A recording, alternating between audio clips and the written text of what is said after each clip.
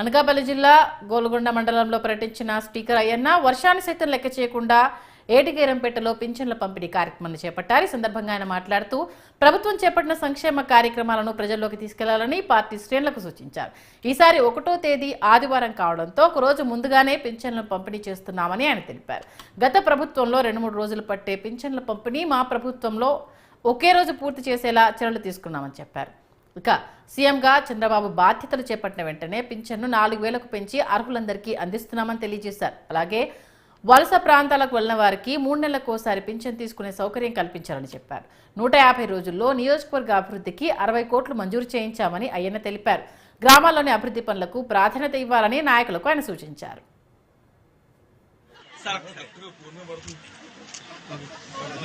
ప్రభుత్వం తాలూకు నిర్ణయం ప్రకారంగా ఏటిగేరంపేట గ్రామంలో పెన్షన్లు ఇవ్వడానికి నేను స్వయంగా రావడం జరిగింది.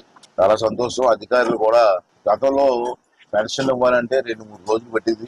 అలాంటిది ఒకే రోజులో మొత్తం టోటల్ పర్సెంటేజ్ అంతా కూడా రాష్ట్ర వ్యాప్తంగా ఇక్కడే కాదు, అధికారులు స్టాఫ్ అందరూ కూడా ఒకే రోజులు పెన్షన్లు ఇచ్చి ఏ రాష్ట్రంలో లేని విధంగా రికార్డ్ బ్రేక్ చేయడం జరుగుతుంది. మరి దీంట్లో పాల్గొన్నటువంటి నాయకులకు కానీ, కార్యకర్తలకు కానీ, అధికారులకు కానీ ధన్యవాదాలు తెలియజేస్తున్నాను. అదేవిధంగా రాష్ట్ర వ్యాప్తంగా చంద్రబాబు నాయుడు గారు ముఖ్యమంత్రి అయిన తర్వాత 4,000 రూపాయలు ఇస్తా అన్నారు. ఆ 4,000 రూపాయలు ఇచ్చిన మాట ప్రకారంగా ఎన్ని ఇబ్బందులు ఉన్నా గత ప్రభుత్వం రాష్ట్రాన్ని అప్పుల పాలు చేసి వెళ్ళిపోయింది. డబ్బులు లేవు. డబ్బులు లేకపోయినప్పటికీ కూడా ఇచ్చిన మాట ప్రకారంగా 1వ తారీఖు నేను పెన్షన్ ఇస్తా అన్నారు.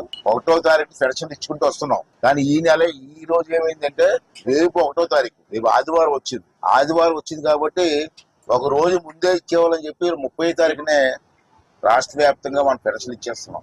చాలా పట్టుదలగా ప్రభుత్వం చేస్తున్న కార్యక్రమం. దీన్ని అందరం వినియోగించుకోవాలి. మన పార్టీ నాయకులు కూడా ఈ కార్యక్రమాన్ని ఎక్కడ ఇబ్బంది లేకుండా చేయవలసిన బాధ్యత కూడా ఈ గ్రామాలకు. ఇవాళ చూశారు, ఈవేళ మన నర్సీపట్నం నియోజకవర్గం ఒకటే తీసుకున్నాను, రాష్ట్రం అంతా తీసుకోవట్లే. నర్సీపట్నం నియోజకవర్గంలో సుమారు 41,974 మందికి ప్రతి నెల పెన్షన్ ఇస్తున్నాం.